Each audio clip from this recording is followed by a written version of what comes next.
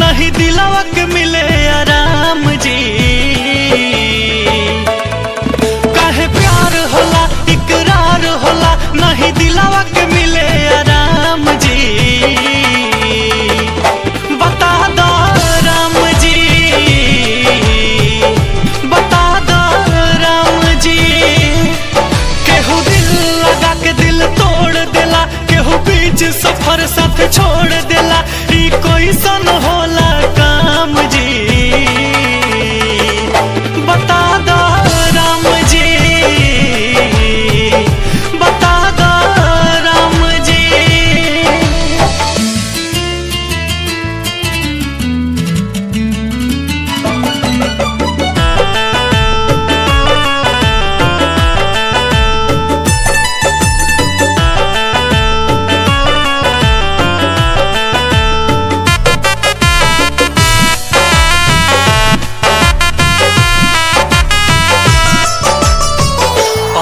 पथ प्यार के हो कैसे धारी, इश्क के अगन में सनम कब ले जारी।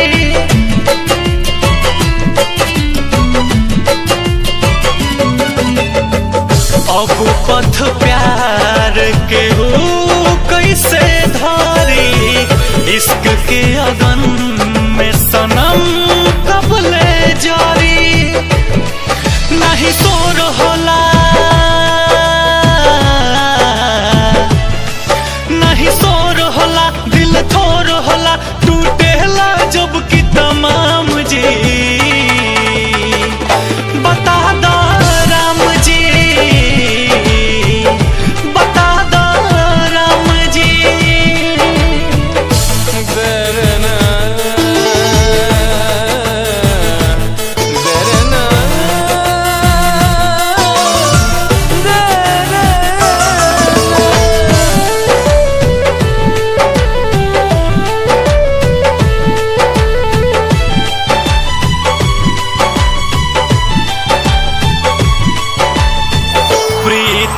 जगह रंजीत नहीं बाचल, प्यार के सरगम सोनू कैसे खाचल।